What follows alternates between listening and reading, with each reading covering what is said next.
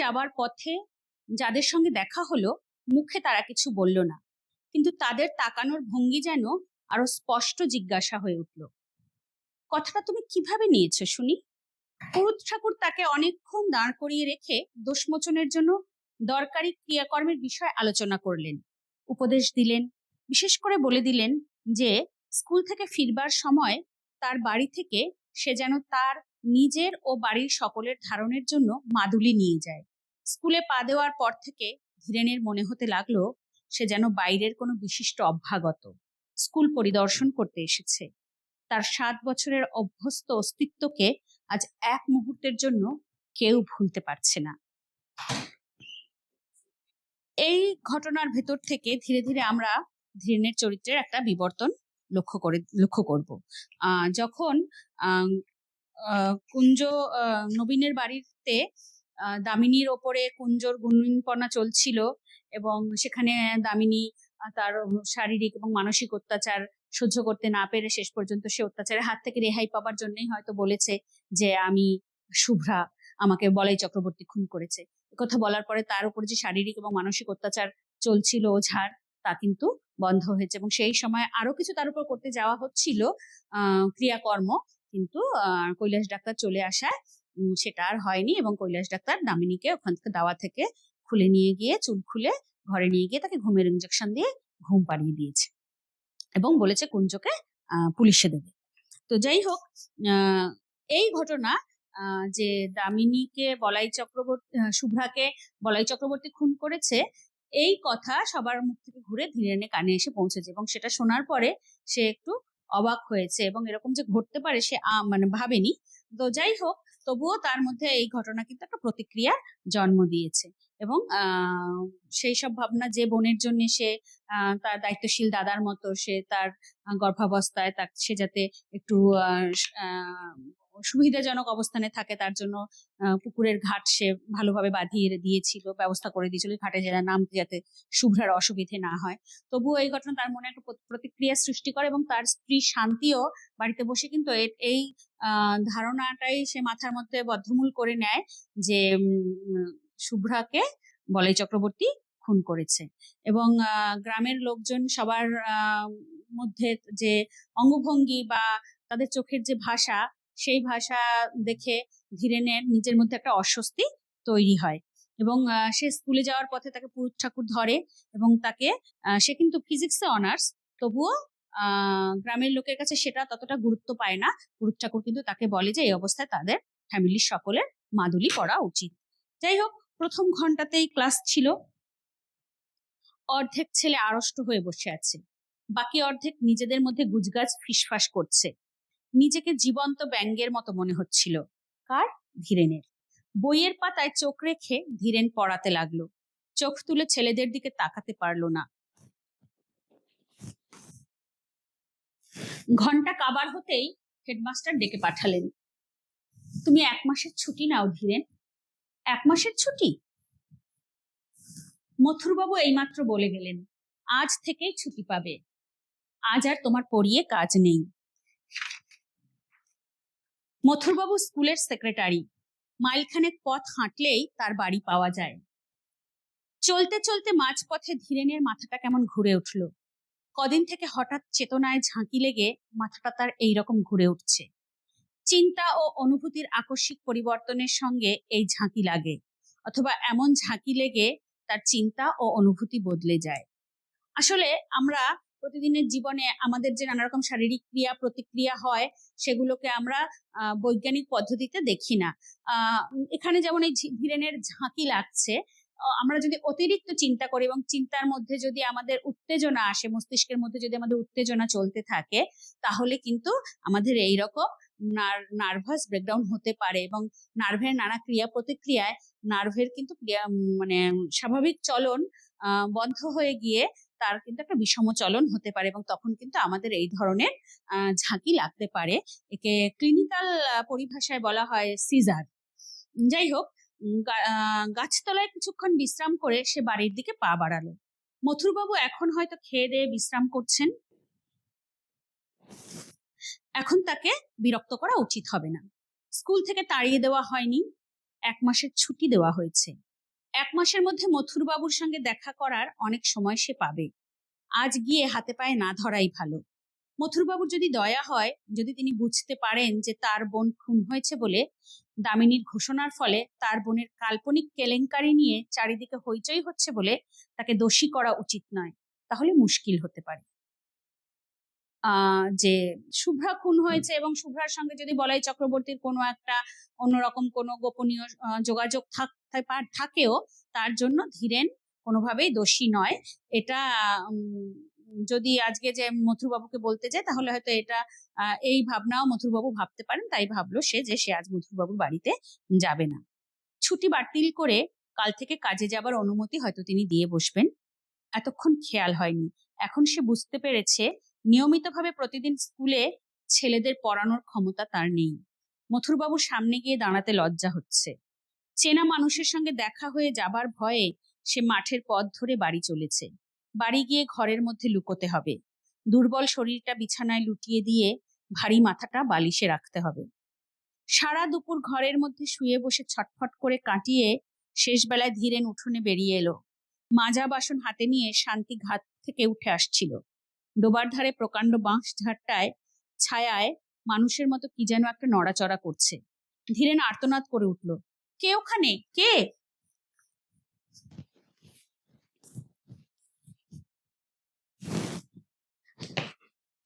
শান্তির হাতের বাসন ঝনঝন শব্দে পড়ে গেল। উঠি পড়ি করে কাছে ছুটে এসে ভয়ার্ত কণ্ঠে সে জিজ্ঞাসা করলো, কোথায় কে, কোনখানে? বাঁশ ঝাড় থেকে চেনা গলার আওয়াজ এলো, আমি মাস্টারবাবু, বাঁশ কাটছি। কে তোকে বাঁশ কাটতে বলেছে? শান্তি বলল, আমি বলেছি। খেন্তি পিসি বলল, নূতন একটা বাঁশ কেটে আগামাথা একটু পুড়িয়ে ঘাটের পথে তাড়াতাড়ি ফেলে রাখতে, ভোরে উঠে সরিয়ে দেবো, সন্ধ্যের আগে পেতে রাখবো। তুমি যেন আবার ভুল করে বাঁশটা ডিঙিয়ে যেও না। সন্ধ্যার আগেই শান্তি আজকাল রাধাবাড়া আর ঘরকন্যার সব কাজ শেষ করে রাখে। অন্ধকার ঘনিয়ে আসার পর ধীরেনকে সঙ্গে না নিয়ে বড় ঘরের চৌখাট পার হয় না। ছেলে মেয়েদেরও ঘরের মধ্যে আটকে রাখে। সন্ধ্যা থেকে ঘর বন্দী হয়ে থাকে ধীরেন। আকাশ পাতাল ভাবে আর মাঝে মাঝে সচেতন হয়ে ছেলে মেয়েদের আলাপ শোনে। ছেলেমেয়েরা কি বলে? ছেলেমেয়েরা বলে, ছোট পিসি ভূত হয়েছে। ভূত নয়, পেতনি, বেটা ছেলে ভূত হয়, বেটা ছেলে ভূত হয়। ঘরের মধ্যেও কারণে অকারণে শান্তি ভয় পেয়ে আঁতকে ওঠে। কাল প্রথম রাত্রে একটা প্যাঁচার ডাক শুনে ধীরেনকে আঁকড়ে ধরে গোঙাতে গোঙাতে বমি করে ফেলেছিল। বড় ঘরের দাওয়ার পূব প্রান্তে বসে তামাক টানতে টানতে দিনের আলো ম্লান হয়ে এলো। এখানে বসে ডোবার ঘাট আর দুধারের বাঁশঝাড় ও জঙ্গল দেখা যায়। জঙ্গলের পর সেনেদের কলা বাগান, সেনেদের কাছারি ঘরের পাশ দিয়ে দূরে বসেদের মজা পুকুরের তীরে মরা গজারি গাছটার ডগা চোখে পড়ে। অন্ধকার হবার আগেই কুয়াশায় প্রথমে গাছটা, তারপর সেনেদের বাড়ি আবছা হয়ে ঢাকা পড়ে গেল। তুমি কি আর ঘাটের দিকে যাবে? শান্তি জিজ্ঞেস করলো।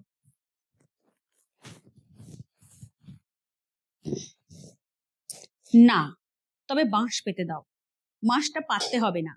শান্তি কয়েক মুহূর্ত চুপ করে দাঁড়িয়ে রইল। তোমার চোখ লাল হয়েছে, টকটকে লাল। হোক। শোবার ঘর আর রান্নাঘরের ভিটের সঙ্গে দুটি প্রান্ত ঠেকিয়ে শান্তি নিজেই বাঁশটা পেতে দিল। কাঁচা বাঁশের দু প্রান্তের খানিকটা পুড়িয়ে দেওয়া হয়েছে। অশরীরী কোনো কিছু এ বাঁশ ডিঙোতে পারবে না। ঘাট থেকে শুভ্রা যদি বাড়ির উঠোনে আসতে চায়, এই বাঁশ পর্যন্ত এসে ঠেকে যাবে। আলো জ্বালার আগেই ছেলে মেয়েদের খাওয়া শেষ হলো। সন্ধ্যাদীপ না জেলে শান্তির নিজের খাওয়ার উপায় নেই। ভালো করে সন্ধে হওয়ার আগেই সে তাড়াতাড়ি দ্বীপ জেলে ঘরে ঘরে দেখিয়ে শাঁখে ফুঁ দিল। 10 মিনিটের মধ্যে নিজে খেয়ে ধীরেনের ভাত বেড়ে ঢাকা দিয়ে রেখে রান্নাঘরে তালা দিয়ে কাপড় ছেড়ে ঘরে গিয়ে ঢুকলো। বিকালে আজকাল সে মাছ রান্না করে না। ইঁটো কাটা নাকি অশরীরী আত্মাকে আকর্ষণ করে।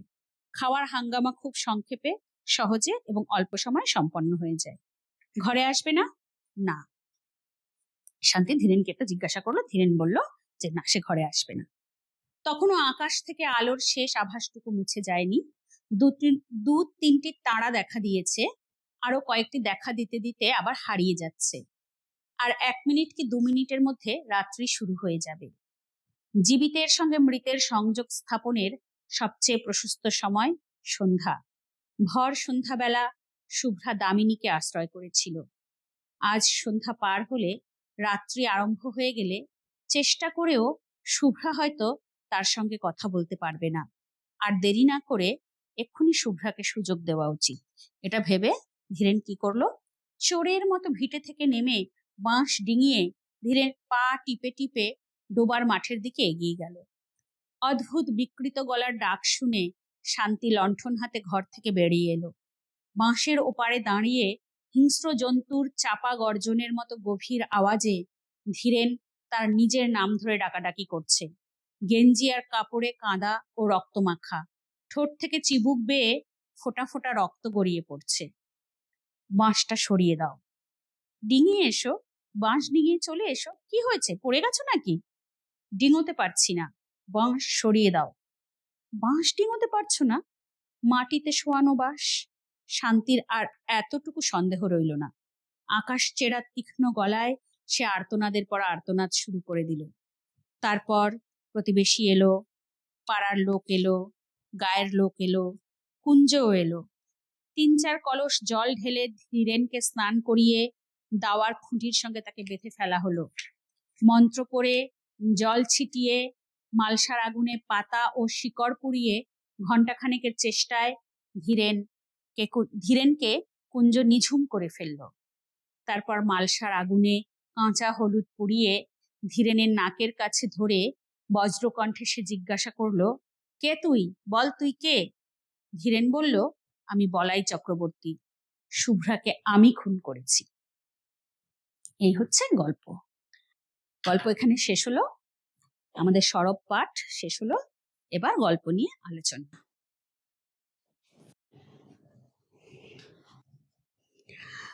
আমরা এতক্ষণ মানিক বন্দ্যোপাধ্যায়ের হলুদ পোড়া গল্পটি সরব পাঠ করলাম। এবার আমরা গল্পের বিষয়বস্তু নিয়ে একটু আলোচনা করব। আলোচ্য গল্পটি শুরু থেকে শেষ পর্যন্ত আমরা যখন পড়লাম, আমাদের একটা প্রতীতি হয়েছে যে গল্পটি গ্রামীণ কুসংস্কার, দারিদ্র্য এবং অমানবিকতার এক করুণ প্রতিচ্ছবি রয়েছে গল্পটিতে, এবং বিজ্ঞান মনস্ক যুক্তিবাদী মনকেও যে গ্রামীণ কুসংস্কার, ভৌতিকতা আচ্ছন্ন করে দিতে পারে, এই গল্পটি তার জ্বলন্ত উদাহরণ। গ্রামীণ কুসংস্কার এবং ভৌতিকতা যে কতটা পাওয়ারফুল হতে পারে, কতটা ক্ষমতাশালী হতে পারে, এই গল্পটি তার জ্বলন্ত উদাহরণ আমরা বলতে পারি। এবং মানুষের অবচেতন মনেও যে সেই কুসংস্কার প্রথিত হয়ে যায়, সেটাও এই গল্পটি পড়লে আমরা বুঝতে পারি। তো এই গল্পটি থেকে আমরা কি শিখলাম? প্রথমে দেখতে হবে আমরা হলুদ পোড়া একটি ছোট গল্প। এবার এই হলুদ পোড়া গল্পটি ছোট গল্প হয়ে উঠেছে কিনা, ছোট গল্প হিসেবে কতটা সার্থক হয়েছে, সেটা আমাদের আলোচ্য। এবং হলুদ পোড়া গল্পটির যে নামকরণ, হলুদ পোড়া নামকরণটি গল্পের বিষয়বস্তুর সঙ্গে কতটা সাযুজ্য রক্ষা করেছে, সেটাও আমাদের বিচার্য। সেই সঙ্গে সঙ্গে গল্পের চরিত্র চিত্রণ এবং বিভিন্ন ঘটনা কেন্দ্রিক আলোচনা আমাদের পাঠের উপজীব্য হবে। তো এই গল্পের কতগুলো চরিত্র দেখতে পাচ্ছি আমরা। প্রথমত, ছোট গল্প, একটি গল্প সার্থক ছোট গল্প কিনা তার কিছু বৈশিষ্ট্য আছে। ইউরোপিয়ান সাহিত্যে মপাসা, চেখভ, এডগার অ্যালান পো ছোট গল্পকে জনপ্রিয় করেছিলেন এবং ছোট গল্পের উৎকর্ষ সৃজনে তারা কাজ করেছেন। আমাদের বাংলা সাহিত্যে প্রথম সার্থক ছোট গল্প আমরা পাই রবীন্দ্রনাথের হাত ধরে, এবং তার পরবর্তী সময়ে বিভূতিভূষণ, তারাশঙ্কর এবং মানিক বন্দ্যোপাধ্যায়, আমাদের আলোচ্য মানিক বন্দ্যোপাধ্যায়ের মধ্য দিয়ে সেই ছোট গল্পের রূপরেখা আরো বিস্তৃত হয়। তো এই হলুদ পোড়া গল্পটি, যে ছোট গল্পের যে বৈশিষ্ট্যগুলো রয়েছে, ছোট গল্পের সেই অর্থে পারফেক্ট কোনো সংজ্ঞা নির্ধারিত না হলেও ছোট গল্পের কতগুলো বৈশিষ্ট্য রয়েছে। সেটা হচ্ছে ছোট গল্পের একমুখীনতা থাকবে, চরিত্র সংখ্যা যতদূর সম্ভব কম থাকবে এবং শেষ হয়ে যাওয়ার পরেও একটা অশেষের ব্যঞ্জনা থাকবে। তো এবং আমাদেরকে চমৎকৃত করবে গল্পের শেষ উপসংহারে। তো আমরা সেই পরিপ্রেক্ষিত থেকে দেখলে এই মানিক বন্দ্যোপাধ্যায়ের হলুদ পোড়া গল্পটি ছোট গল্প হিসেবে সার্থক কিনা আমরা দেখতে পারি। তো সেই অর্থে যদি দেখতে পারি, কাহিনীর ঘনবদ্ধতা রয়েছে এই নাটকে এবং চরিত্র সংখ্যাও খুব অল্প, এবং গল্পের উপসংহারেও এক অদ্ভুত চমকের মধ্য দিয়ে গল্পটি শেষ হয়েছে।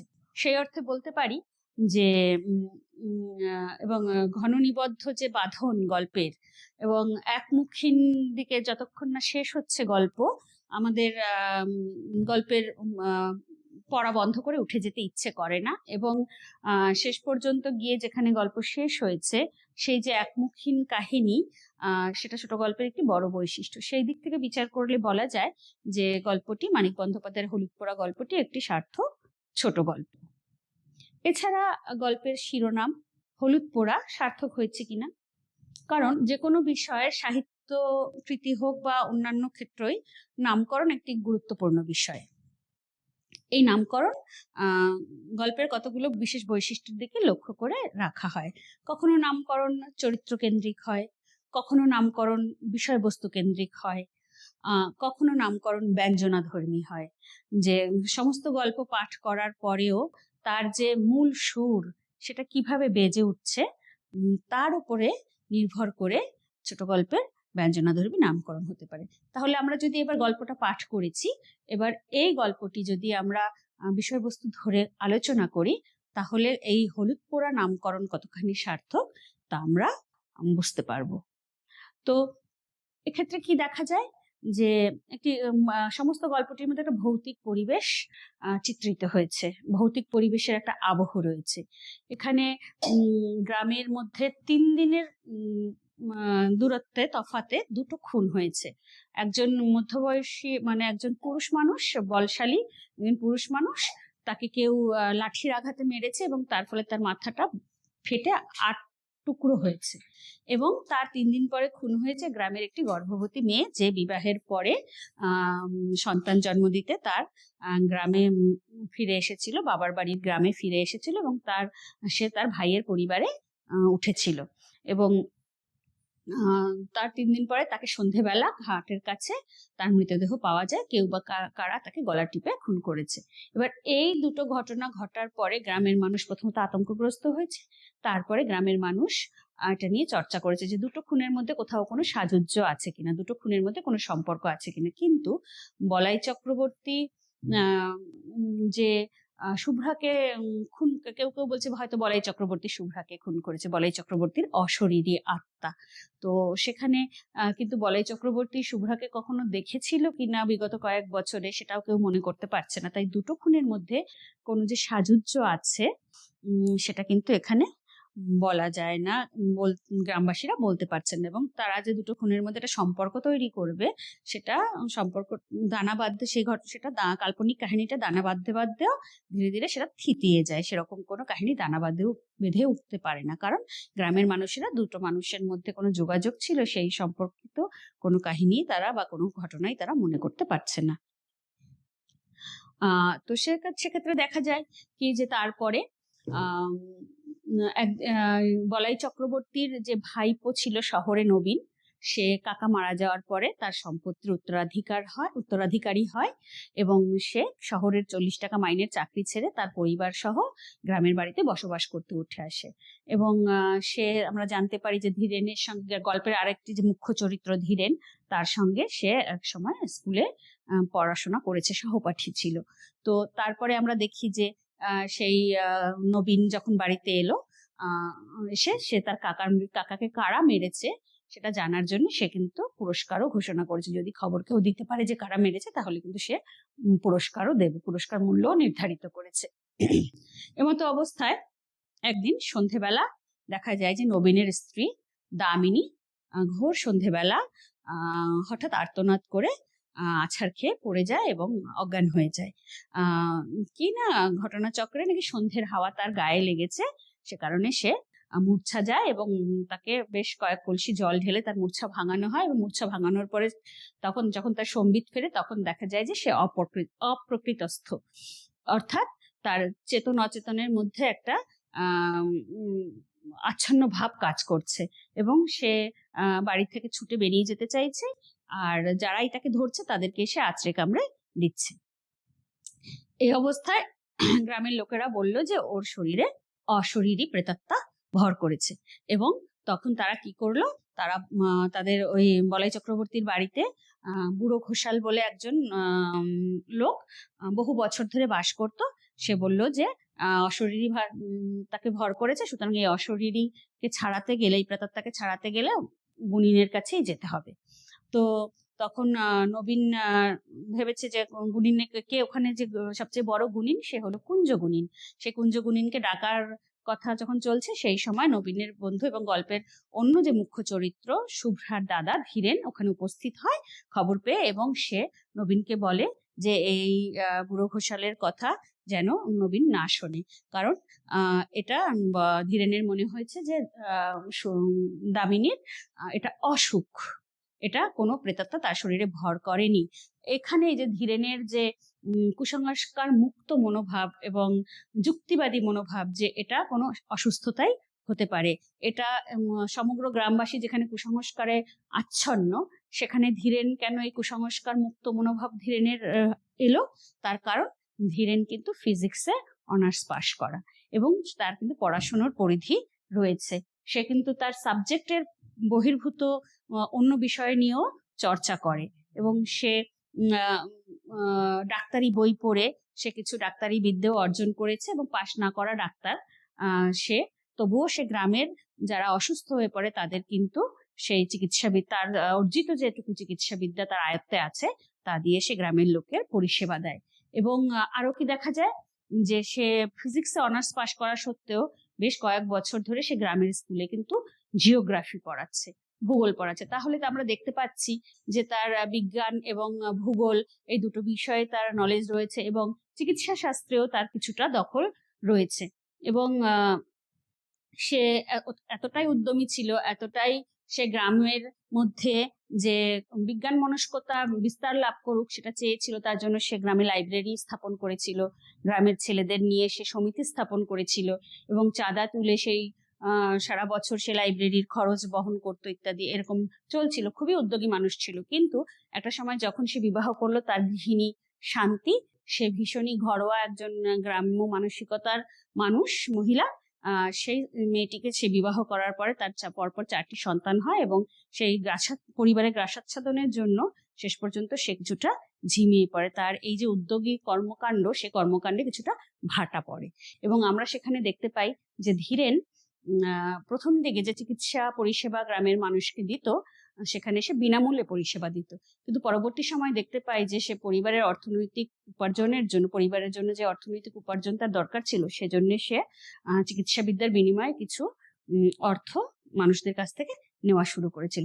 এখান থেকেই গল্পের মোড় ঘুরতে শুরু করে, এখান থেকেই কিন্তু আমরা ধীরে ধীরে ধীরেনের যে চরিত্রের যে একটা পরিবর্তন হচ্ছে সেই পরিবর্তনটা আমরা কিন্তু লক্ষ্য করি, মানে অর্থাৎ যে যুক্তিবাদী বিজ্ঞান মনস্ক মুক্ত মানসিকতা তার ছিল, সেই জায়গা থেকে সেও যেন ক্রমশ সেই গ্রামীণ জীবনের চালচিত্রেই আচ্ছন্ন হয়ে পড়তে থাকে। তো সেই ধীরেন এসে কি করলো, সে কুঞ্জকে বারণ করলো যে এটা অসুস্থতা, এখানে ডাক্তার ডাকা প্রয়োজন, কৈলাস ডাক্তারকে ডাকা প্রয়োজন, কিন্তু বুড়ো ঘোষাল বললো যে না, গুনিনকেই ডাকতে হবে, এবং কুঞ্জ নবীনও সেই জায়গা থেকে নিজেকে সেই গ্রাম্য মানসিকতা থেকে নবীনও নিজেকে বের করে আনতে পারেনি, এবং তারা কুঞ্জ গুনিনকেই খবর দেয়, এবং কুঞ্জ গুনিন আগে থেকে খবর পেয়ে সে চলে আসে কৈলাস ডাক্তারের আগে, এবং এসে সে দামিনীকে দেখে টেকে বলে যে হ্যাঁ, কে প্রেতাত্মাই ভর করেছে এবং এর প্রেতাত্মাকে এর শরীর থেকে বের করে আনতে হবে।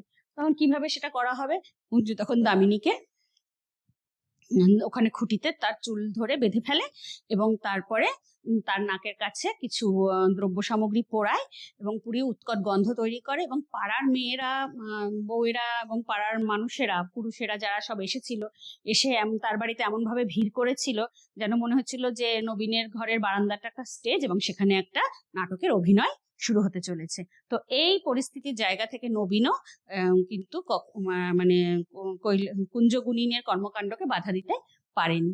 তো সেখানে দাঁড়িয়ে দামিনীকে শারীরিকভাবে নিগ্রহ করে, দামিনীর শরীরে আঘাত করে এবং মানসিকভাবেও তাকে নিগ্রহ করে। তার নাকের কাছে উৎকট গন্ধের ধোঁয়া তৈরি করে এবং তার ফলে ধীরে ধীরে শরীরে আঘাত খেতে খেতে এবং যে ধূমের কারণে দামিনী ধীরে ধীরে নিস্তেজ হয়ে পড়তে থাকে এবং নিস্তেজ হয়ে সে চুপ করে একটা সময় স্থির হয়ে যায়। এবং তখন কুঞ্জ তাকে জিজ্ঞাসা করে যে সে কে। তখন দামিনী বলে যে সে শুভ্রা, অর্থাৎ তার দামিনীর শরীরে শুভ্রার আত্মা সন্ধ্যের বেলা ভোর করেছে। তখন বুড়ো ঘোষাল কুঞ্জকে বলে যে তুমি এক্ষুনি ওর কাছ থেকে জেনে নাও যে কে খুন করেছে। তো তখন কুঞ্জ যখন সেই প্রশ্ন করে, দামিনী তখন উত্তর করে বলাই খুড়ো আমাকে খুন করেছে। তো এবার গায়ের লোকেরা যে দুটো খুনের মধ্যে একটা সম্পর্ক আবিষ্কার করছিল, একটা কাল্পনিক কাহিনী রচনা করছিল এবং একটা মানে কেলেঙ্কারি জাতীয় ঘটনাকে তারা হলে খুশি হতো গ্রামের মানুষ, তারা রসালো গল্পের অনেক বিষয়বস্তু পেয়ে যেত। সেটা যখনই স্থাপিত হলো সেই যোগসূত্রটা যে বলাই খুড়োই শুভ্রাকে খুন করেছে, দামিনীর মুখ থেকে যখন এই কথা বেরিয়ে এলো, তখনই গ্রামের মানুষের যে কাল্পনিক কাহিনী এবং তাদের যে রস বাসনা সেটা যেন তৃপ্ত হয়ে গেল। এবং মূলত যদি যুক্তিবোধের জায়গা থেকে বিশ্লেষণ করা যায় তাহলে কিন্তু দেখা যায় যে দামিনী নিজের শরীরের উপরে যে তার শরীরের উপরে যে কুঞ্জ যে আঘাত করছিল, শারীরিক নিগ্রহ করছিল, মানসিক নিগ্রহ করছিল, সেখান থেকে মূলত নিস্তার পাওয়ার জন্য শেষ পর্যন্ত একথা হয়তোবা বলে থাকলেও থাকতে পারে। তো যাই হোক, তারপরে আমরা দেখতে পাই যে এই ঘটনা ধীরেন ওখান থেকে তার আগেই চলে গিয়েছিল এবং পরের দিনগুলোতে এই ঘটনা ধীরেনের কানে পৌঁছায় এবং এই যে দুটো খুনের মধ্যে একটা সম্পর্ক এবং একটা মানে একটা কেচ্ছা কাহিনী বলা যেতে পারে, সেই কাহিনী যখন মানুষ তার মধ্যে দিয়ে দুটো খুনের মধ্যে আবিষ্কার করছে, বলাই চক্রবর্তী এবং শুভ্রার মধ্যে, কথা শুনে ধীরেন ভেতরে ভেতরে হতাশ হয়ে পড়ে এবং ভেতরে ভেতরে ধীরেন ক্ষুব্ধ হয়ে পড়ে এবং তার আরো একটা পরিবর্তন হয়, তার একটা নিজে লজ্জিতও হয়ে পড়ে, নিজেকে মনে হয় সে দোষী। অথচ এই ধীরেনই কিন্তু তার বোন শুভ্রাকে বাড়িতে যাতে সুবিধাজনক ভাবে থাকতে পারে তার জন্য ঘাট বাঁধিয়ে দিয়েছিল, ঘাটে নারকেল গাছে গুড়ি পেতে ঘাট ঠিক করে দিয়েছিল যাতে তার চলাফেরাতে অসুবিধে না হয়। যাই হোক, এইরকম পরিস্থিতিতে ধীরেন নিজেকে দোষী মনে করতে শুরু করে, তার মধ্যে একটা আতঙ্কের সৃষ্টি হয় এবং সে যখন বাড়িতেও সে শোনে তার স্ত্রীও বলছে যে স্ত্রীর কর্মকাণ্ডে, শান্তির কর্মকাণ্ডে, কারণ সে সন্ধ্যের আগে রান্নাবান্না সেরে ফেলছে, খেয়ে নিচ্ছে, বাচ্চাদের খাইয়ে দিচ্ছে, সন্ধ্যের পরে উঠোনের দিকে যাচ্ছে না, ঘাটেও যাচ্ছে না। তার ফলে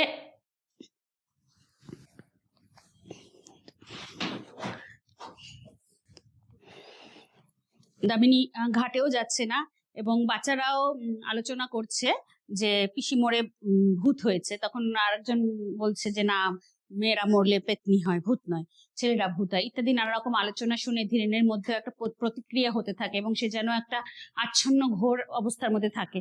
এবং সে যখন স্কুলে যাওয়ার পরে স্কুলে সবাই যখন তার দিকে সন্দিগ্ধ দৃষ্টিতে তাকায়, পাড়ার পথে, গ্রামের পথে যখন হাঁটে, তখনও যখন লোকে তার দিকে সন্দিগ্ধ দৃষ্টিতে তাকায়, জিজ্ঞাসু দৃষ্টিতে তাকায় এবং নানা রকম তাকে উপদেশ দেয়, তাকে তার পরিবারের জন্য পুরুত ঠাকুর মাদুলি পড়ার উপদেশ দেয়, এসব শুনে ধীরেনও যেন মনে হয় সেও যেন সেই গ্রামীণ কুসংস্কারের মধ্যে ধীরে ধীরে কুসংস্কারগ্রস্ত হতে থাকে এবং তারও যেন কোথাও গিয়ে মনে হয় যে না, যে হয়তো যা ঘটনা ঘটছে, যে অশরীরী ভূত প্রেতাত্মা, তার অবচেতন মনে হয়তো সেই ঘটনায় ছায়াপাত করছে।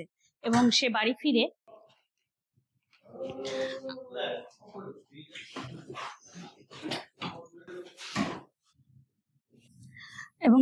ফিরে আসে এবং তার খাবার থালা বেড়ে রেখে শান্তি বাচ্চাদের নিয়ে প্রায় শুয়ে পড়ে। এবং শান্তি কি করে আমরা দেখতে পাই যে সে খেন্তি পিছির কাছে শুনেছিল যে নতুন বাঁশ কেটে তার দুধার পুড়িয়ে যদি রাস্তার উপরে ফেলে রাখা হয় তাহলে অশরীরী আত্মা সেই বাঁশ ক্রস করে অতিক্রম করে আসতে পারে না। তো এরকম একদিন সন্ধেবেলা শান্তি যাকে দিয়ে বাঁশ কাটাচ্ছিল সেই বাঁশ কাটার আওয়াজ শুনে ধীরেন আতঙ্কগ্রস্ত হয়ে পড়ে এবং আতঙ্কিত হয়ে বাঁশবাগানে কে সেটা জানতে চায় এবং সেখানে যে বাঁশ কাটছিল সে বলছে যে আমি বাঁশ কাটছি এবং তখন ঘটনাচক্রে জানা যায় যে শান্তি সে বাঁশ কাটতে বলেছিল এবং সে বাঁশ পুড়িয়ে পুকুর পাড় থেকে যে বাড়িতে উঠে আসার পথ সেই পথের ধারে ফেলে রাখবে। এবং ধীরেনকে বলে তুমি গেলে পরে বাঁশ ডিঙিয়ে যাবে, আসার সময় বাঁশটা ডিঙিয়ে আসবে না। তো বলে শান্তি ঘরে চলে যায়। তারপরে দেখা যায় যে ধীরেন বাঁশ ডিঙিয়ে চলে গেল পুকুর পাড়ের ঘাটের দিকের জলা জমিতে, এবং কিছুক্ষণ পরে সে যখন ওই সে জলা জমি থেকে উঠে আসে এবং বাঁশের সামনে এসে সে আর বাঁশ ডিঙোতে পারছে না, এবং সেখানে দাঁড়িয়ে ধীরেন নিজের নাম ধরেই ডাকতে থাকে।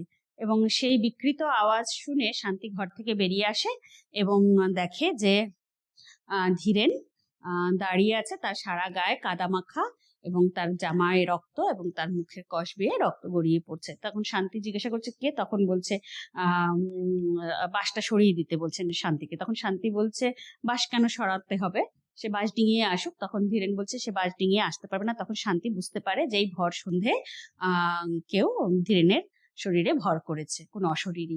এবং ধীরেন ওখান থেকে দাঁড়িয়ে বলে যে আমি বলাই তখন এটা শুনে শান্তি চিৎকার করে ওঠে, এবং তারপরে দেখা যায় যে পাড়া প্রতিবেশী জেনে যায় এবং ধীরেনকে নিয়ে আবার সেই খুঁটিতে বেঁধে রাখা হয়। এবং কুঞ্জ তার সামনে একটা হলুদ পুড়িয়ে সেই মালসায় আগুন দিয়ে ধোঁয়া তৈরি করে এবং হলুদ পুড়িয়ে, এর আগেও কুঞ্জন শুভ্রার নাকের কাছে হলুদ পুড়িয়েই ধরেছিল, এবং এবারও সে হলুদ পুড়িয়ে কুঞ্জর ধীরেনের নাকের কাছে ধরে, এবং সেই হলুদ পোড়ার গন্ধযুক্ত ধোঁয়া ধীরেনের নাকে যায়, তার মস্তিষ্কে ছড়িয়ে যায়, এবং ধীরেন তখন বলে যে সে বলাই চক্রবর্তী শুভ্রাকে সেই খুন করেছে। এই যে শুভ্রা, ধীরেনও বলে যে শুভ্রাকে সে খুন করেছে, সে বলাই চক্রবর্তী। এই কথার মধ্য দিয়ে এখানে কিন্তু একটা বিশেষ বিষয় উপস্থিত হয়। তার কারণ হচ্ছে যখন প্রথম দামিনীকে কুঞ্জ যখন মন্ত্র পড়ে তার শরীর থেকে অশরীরী আত্মাকে দূর করার চেষ্টা করেছিল, তখন দামিনী বলেছিল যে সে শুভ্রা, তো শুভ্রাকে খুন করেছে বলাই চক্রবর্তী। এবার সেই ঘটনা যখন ধীরেন শুনেছিল, ধীরেনের মনের মধ্যে কোথাও হয়তো এরকম ভাবনা আসতে পারে, কারণ পথে ঘাটে সমস্ত জিজ্ঞাসু দৃষ্টি তার চোখের দিকে যখন এসেছে, সেখানে বুড়ো ঘোষাল বলেছিল যে অশরীরী আত্মা শুধু নিজে নিজে খুন করে, মানে নিজে নিজে কোনো মানুষকে মারে না, সে কাউকে দিয়েও কাজটা করাতে পারে। অর্থাৎ কোনো শরীরী মানুষের মধ্যে সে ভর করে অশরীরী আত্মা, এবং শরীরী মানুষটির হাত দিয়ে সে কিন্তু তার প্রতিশোধমূলক কাজটা করতে পারে। এবং যে মানুষটির শরীরে ওই প্রেতাত্মা ভর করে, সেই প্রেতাত্মা যখন তাকে ছেড়ে যায়, তখন কিন্তু ওই মানুষটি জানতেও পারে না, বুঝতেও পারে না, এবং তার কিছু মনেও থাকে না যে তার সাথে কি হয়েছিল। এই ঘটনার মধ্য দিয়ে তার গ্রামের মানুষের জিজ্ঞাসু দৃষ্টি দেখে তার ধীরেনের মনে এই প্রশ্ন জাগতে পারে, এই সম্ভাবনা ধারণা জাগতে পারে যে গ্রামের মানুষরা মনে করছে যে অশরীরী আত্মা যখন কোনো শরীরী আত্মার উপরে শরীরী মানুষের ওপর ভর করে কারোর প্রতি প্রতিশোধ নেয়, তখন যদি সেটা শুভ্রাই হয়ে থাকে, তাহলে হয়তো ধীরেনের হাত দিয়েই শুভ্রাকে বলাই চক্রবর্তী খুন করিয়েছে। এরকম ধারণা যদি গ্রামের মানুষের মনে বদ্ধমূল হয়ে থাকে, সেই জায়গা ধীরেনের অবচেতন মনে যদি জন্ম নিয়েও থাকে, সেই জায়গা থেকে যাতে সে দোষী সাব্যস্ত না হয়, তার জন্যে হয়তো সে ওই সন্ধেবেলা শুভ্রার সঙ্গে আত্মার সঙ্গে সংযোগ স্থাপন করার অভিনয় করেছে, এবং সেই জলাভূমি থেকে উঠে এসে খোনা খোনা গলায় সে বলেছে আমি বলাই চক্রবর্তী, আমি শুভ্রাকে খুন করেছি। এই যে গল্পের যে মানে শেষ, এই সমস্ত জায়গার ভেতরে হলুদ পোড়া কেন এই গল্পের নামকরণ হলো, কারণ আমরা দেখতে পাচ্ছি যে এই হলুদ পুড়িয়ে যখন শুভ্রার নাকের কাছে ধরেছিল, তখন শুভ্রা বলেছিল সে দামিনীর নাকের কাছে ধরেছিল, তখন দামিনী বলেছিল সে শুভ্রা। এবং এই হলুদই আবার যখন দ্বিতীয়বার পুড়িয়ে কুঞ্জ ধীরেনের নাকের কাছে ধরেছিল, তখনও ধীরেন কিন্তু বলেছিল যে সে বলাই চক্রবর্তী, শুভ্রাকে সেই খুন করেছে। তো এই সমস্ত ঘটনার মধ্যে হলুদ পোড়া বিষয়টা বেশ ব্যঞ্জনাবহ হয়ে উঠেছে, এবং হলুদ পোড়া সমস্ত গল্পের মধ্যে, সমস্ত ঘটনাক্রমের মধ্যে সেতু তৈরি করেছে। সেই দিক থেকে যদি আমরা আলোচনা করি, তাহলে বলতে পারি যে এই গল্পের হলুদ পোড়া নামকরণ যথাযথ হয়েছে। এরপরে আসি চরিত্র আলোচনায়। চরিত্র আলোচনার মধ্যে প্রধান চরিত্র হলো এখানে ধীরেন। তারপরে দ্বিতীয় প্রধান চরিত্র শান্তি। শান্তি এই গল্পের মধ্যে বেশ ভূমিকা পালন করেছে। তারপরে বুড়ো ঘোষাল আরেকটি ইম্পর্টেন্ট চরিত্র, এবং বলাই চক্রবর্তী।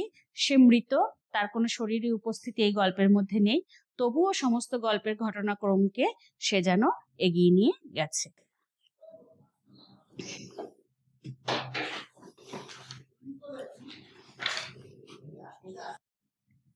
এবার আমরা ধীরেন চরিত্র নিয়ে আলোচনা করব। যে আমরা ধীরেন চরিত্র নিয়ে আলোচনা করতে আমরা যে মানিক বন্দ্যোপাধ্যায়ের একটি প্রখ্যাত ছোট গল্প হচ্ছে হলুদ পোড়া। গল্পটি মানিক বন্দ্যোপাধ্যায়ের শ্রেষ্ঠ গল্প গ্রন্থের অন্তর্গত, এবং এই গল্পে ভৌতিক কুসংস্কারে আচ্ছন্ন গ্রাম্য মানুষের মধ্যে যে বিচিত্র প্রতিক্রিয়া দেখা দেয় তারই এক অনুপম মনস্তাত্ত্বিক চিত্র ফুটে উঠেছে ধীরেন চরিত্রের মধ্য দিয়ে। আলোচ্য গল্পের প্রেক্ষাপটে তার চরিত্রে যে বৈশিষ্ট্যগুলো ধরা পড়ে সেগুলো বলতে পারি আমরা যে যুক্তিবাদী। ধীরেন যুক্তিবাদী। যত গল্প এগিয়েছে গ্রাম্য কুসংস্কারাচ্ছন্ন সমাজের বৃত্তে ধীরেন যেন মুক্তির বাতাস, কুসংস্কার মুক্ত মুক্তির বাতাস। এবং সেখানে সেই যে কুসংস্কার মুক্ত এবং বিকাশশীল মানুষ, সেটা আমরা বুঝতে পারি যে ধীরেন ফিজিক্সে অনার্স করা, এবং সে কিন্তু ভূগোলটাও ভালোভাবে জানে, এবং পাশাপাশি সে কিন্তু চিকিৎসাবিদ্যাও কিছুটা রপ্ত করেছে। এবং সে যুক্তিবাদী মন বলেই সে কিন্তু বইপত্র নিয়ে চর্চা করতে ভালোবাসে। সে বাড়িতে লাইব্রেরি করেছে, পাড়ার ছেলেদের নিয়ে সে সমিতি তৈরি করেছে, এরকম নানা কর্মকাণ্ড কিন্তু আমরা ধীরেনের মধ্যে দেখতে পাই। তারপরে ধীরেন সমাজ সংস্কারক,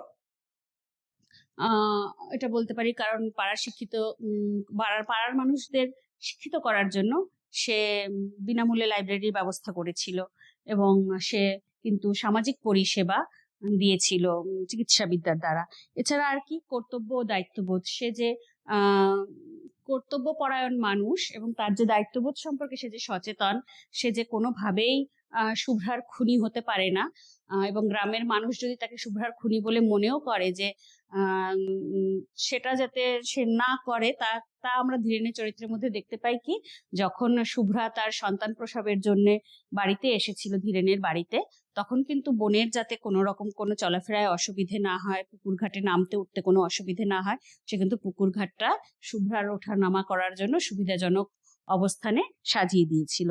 এছাড়াও কি দেখতে পাই যে আত্মসম্মান বোধ, যখন ধীরেনকে যখন স্কুলে গিয়েছিল, যখন হেডমাস্টার তাকে বলেছিল যে তাকে 1 মাসের ছুটি দেওয়া হচ্ছে, 1 মাস তাকে আসতে হবে না স্কুলে, এবং এটা স্কুলের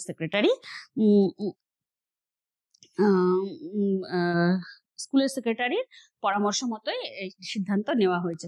তখন কিন্তু সে চাইলে সেক্রেটারি বাড়িতে গিয়ে সে অনুরোধ করে তার এই ছুটিটা মকুব করাতে পারত, কিন্তু তা সে করেনি। তার মনে হয়েছিল এই পরিস্থিতিতে যদি সে সেক্রেটারি বাড়িতে যায়, গিয়ে বলে, তাহলে হয়তো সে যে এই শুভ্রার খুন সম্পর্কিত এবং এই দুটো খুনের মধ্যে একটা সাজুজ্য পাড়ার মানুষ সেটা নিয়ে চর্চা শুরু করেছে, সেই বিষয়টাতে শিলমোহর পড়ে যেতে পারে। সেই কারণে কিন্তু সে সেক্রেটারি বাড়িতে যায়নি। এখানে কিন্তু তার একটা আত্মসম্মান বোধের প্রতীক বোঝা যায়। আচ্ছা, এছাড়াও শেষ পর্যন্ত আমরা দেখতে পাই সমস্ত কিছু সত্ত্বেও ধীরেন ধীরে ধীরে কুসংস্কার মুক্ত বিজ্ঞান মনস্ক মানুষ হওয়া সত্ত্বেও গ্রামীণ জীবনের কুসংস্কার আচ্ছন্নতা এতটাই ক্ষমতাশালী হয়ে ওঠে যে যুক্তিবাদী মনও ধীরে ধীরে সেখানে বসবাস করতে করতে তার অতলে নিমজ্জিত হয়ে যায়, এবং শেষ পর্যন্ত আমরা দেখি ধীরেন কিন্তু সেই একজন দুর্বল মধ্যবিত্ত মানসিকতার প্রতিনিধি হয়ে রয়ে যায়। তাহলে এই গল্প থেকে আমরা কি জানতে পারি?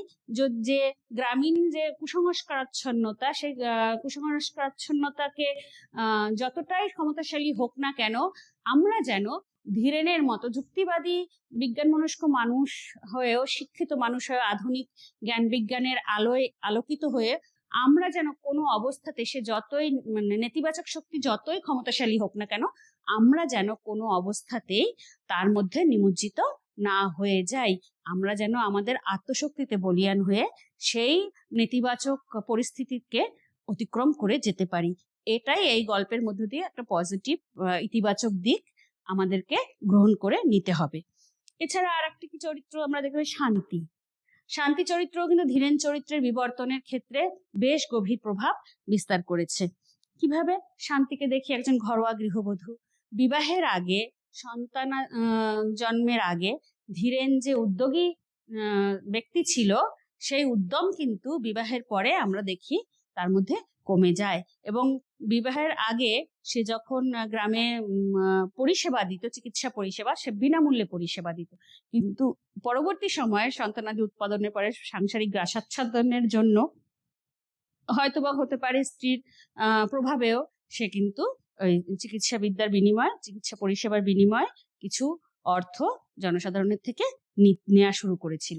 এবং তার যে লাইব্রেরি, সেই লাইব্রেরি বন্ধ হয়ে গিয়েছিল, তার বই তার আলমারির মধ্যেই তালাবন্ধ হয়ে পড়ে থাকতো। এছাড়া কি দেখি, শান্তি ভীষণ ঘরোয়া। তাতে কি হয়েছে যে সন্তান সে সারাদিন বাড়ির কাজকর্ম করে, রান্না বান্না করে এবং কুসংস্কারে আচ্ছন্ন।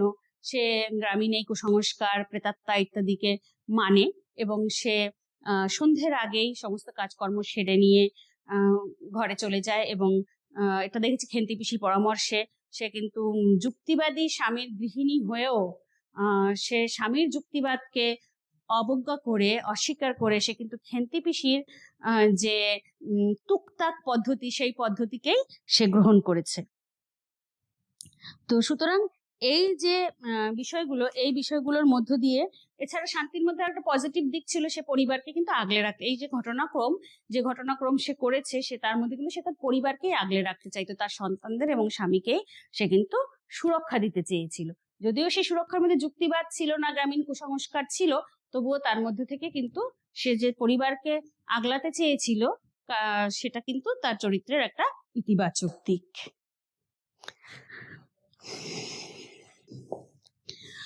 আর পরীক্ষায় যে প্রশ্ন আসবে, পরীক্ষার প্রশ্নের ক্ষেত্রে বইয়ের লাইন তুলে তুলেই প্রশ্ন আসবে। তার মধ্যে কয়েকটি ইম্পর্টেন্ট লাইন আমি বলে দিতে পারি।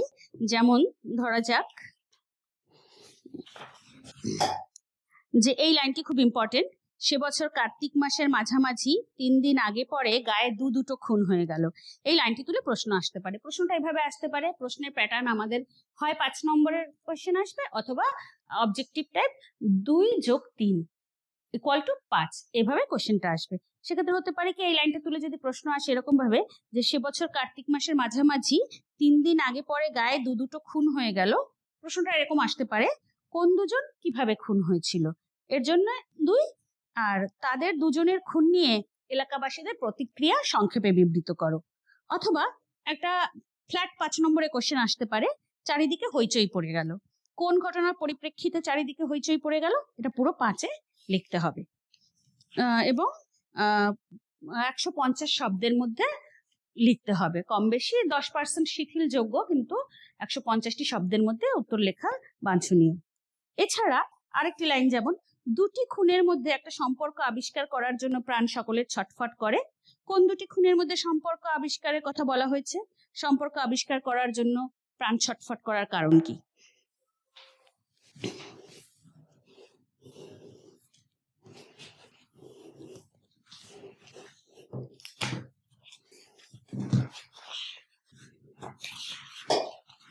এছাড়া আরেকটি লাইন আছে, একটুখানি বাস্তব সত্যের খাদের অভাবে নানাজনের কল্পনা ও অনুমানগুলি গুজব হয়ে উঠতে উঠতে মুষড়ে যায়।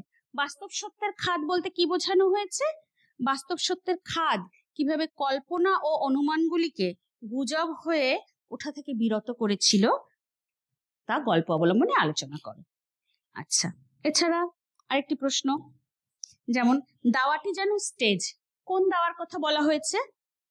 দাওয়াটিকে লেখক স্টেজের সাথে তুলনা করেছেন কেন? এছাড়া আরেকটি লাইন তুলে প্রশ্ন আসতে পারে,